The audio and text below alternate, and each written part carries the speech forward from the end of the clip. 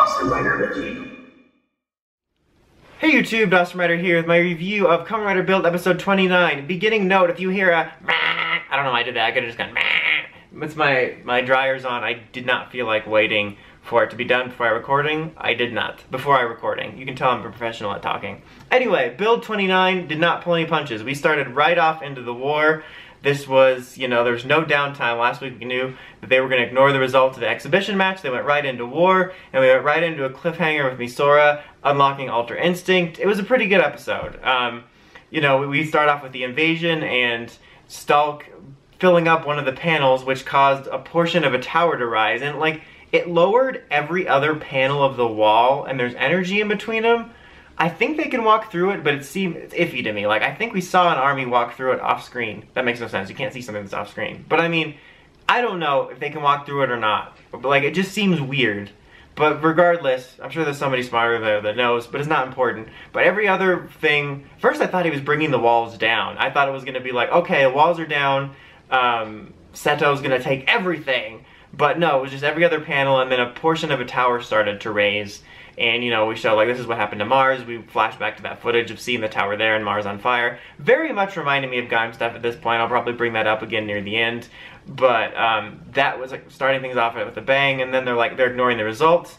And there was a twist on top of that where I just expected it to be the, like, I don't care, we're just gonna attack. It was more like, I don't care, we're just gonna attack, but we have a plan for it. They didn't televise the exhibition match, and they basically used the social meds to create a public image that Seito won the exhibition match and Toto is ignoring the results, getting the citizens even of Toto mad at their own government for not, you know, giving up and fighting back, thinking that they're the ones being that are so losers. I didn't expect that. To be honest, if the public did know the truth, I don't think that would stop Seito. Like, I don't think they'd be like, well, our social media presence. Like, I think they wouldn't care. I think this was a smart move.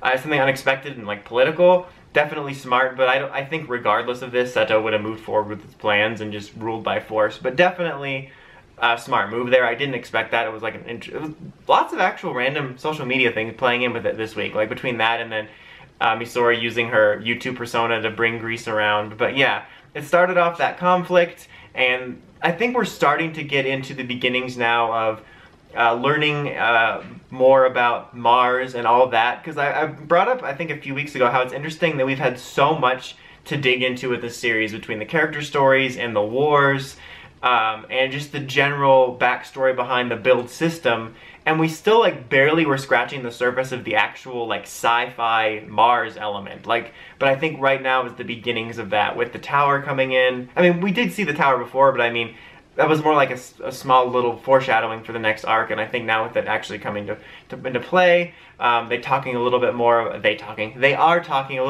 about Stalk's Mars powers, the thing with Misora at the end, so I'm really excited to delve into that. The other big part of the episode was just sort of bringing Grease around again, because he was like, well, now that the deal with Hokusho's off, I gotta go charge on my own, and they're like, no, don't go, because of friendship. He's such a weird character for me, because I love the actor, because Oshaya is my favorite writer, Ixa, 1986 Ixa. Spoiler alert for when I do top 5 writers again. And I don't dislike Grease, I do like Grease, but I cannot connect with him. Like, they've had 5, maybe more episodes dedicated to getting to understand him and connect with his motivations and his friends, but I can just not invest in it. And we spent, not a lot of time, but a decent amount of time building up the friendship between him and his Yu-Gi-Oh friends, and yet I was and am more invested in Ryuga's arc. Like, we saw his girlfriend for an episode, and maybe like a flashback, and then the voiceover when he became Ryuga, or Claus, when he became himself. But I was way more invested in his relationship with her and his development into becoming a writer, whereas with Grease, I just can't get into it. I think it has something to do with I don't like his friends. Like, I'm glad they're not on the show anymore. Their just look annoyed me. Like, they could have been amazing characters or funny, but I'm just like, I can't hear you. There's just noise coming out of an ugly scientist. Like, just their hair and the ear, it sounds shallow, but I just did not like them. So I'm hoping this is the end of that story, because it has started to feel a bit repetitive too, and I didn't feel we needed a full-on another, gotta bring Grease into the fold, because I feel like we just did 2 episodes ago, we did, oh, Grease, you're gonna work with us now, you know. I kind of get it, because they're sort of reinforcing it now that the deal's off, and he wanted to go off on his own and sort of bring him into the team. So I kind of got it. I just kind of wish we didn't have to go over it as much. And I hope that that story arc is done now, and we can just have Grease on the team and move his character forward in other ways, and put a little bit of focus more on Ryuga, which I think is coming up, frankly. But yeah, it wasn't bad. Like, it was good stuff. It's just, I'm not into it. And it's like, on paper, I'm like, these are some good character beats. They're doing well shot scenes, well acted, you know, I like on paper, but just I can't connect with it. But yeah, the other big thing was at the end of the episode, amongst the fight, Misora was kidnapped, like, we got Misora! And then she's like, no! Super Saiyan noises, and she revealed, like, she's queen, or princess, or high king, or something like Valeria, or Vileplume, or something like that.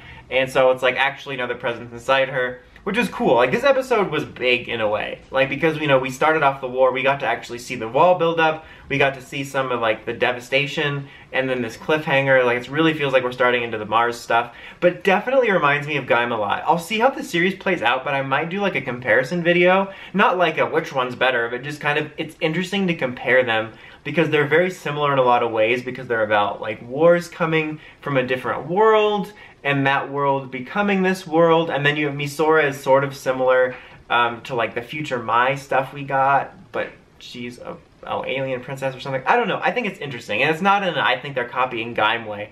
It's just interesting to see the similarities to it. But Build is still really good. Like, you don't even get downtime. Like, we didn't even get, like, I thought maybe we'd get, like, kind of a quiet episode, like a setup.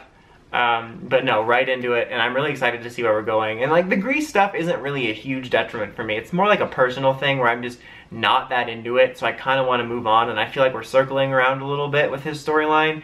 And I want to see more from him, I just want to see them go in a different way. And I think we need to focus on Ryuga again, which I feel is coming up, because I feel like we did some really good stuff with Seito, with his arc, with his power-up, and, you know, accepting his past, and his drama over Black Hazard, and then we've done a lot of Grease stuff. So I wanted to get back to Claus, because he's felt very in the background recently. But overall, still a very solid episode, solid start to what I think is this next arc. I would give it an 8 out of 10. And no buzzer off, so I'm going to sign out before it happens. Until next time, don't forget to like, comment. I'm feeling so nervous the buzzer's going to go off. Like, comment, subscribe. Awesome Rider signing out.